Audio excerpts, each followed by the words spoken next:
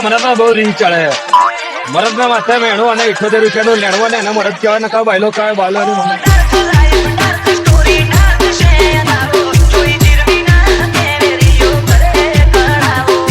હા મને તો બહુ રીંગ ચડે.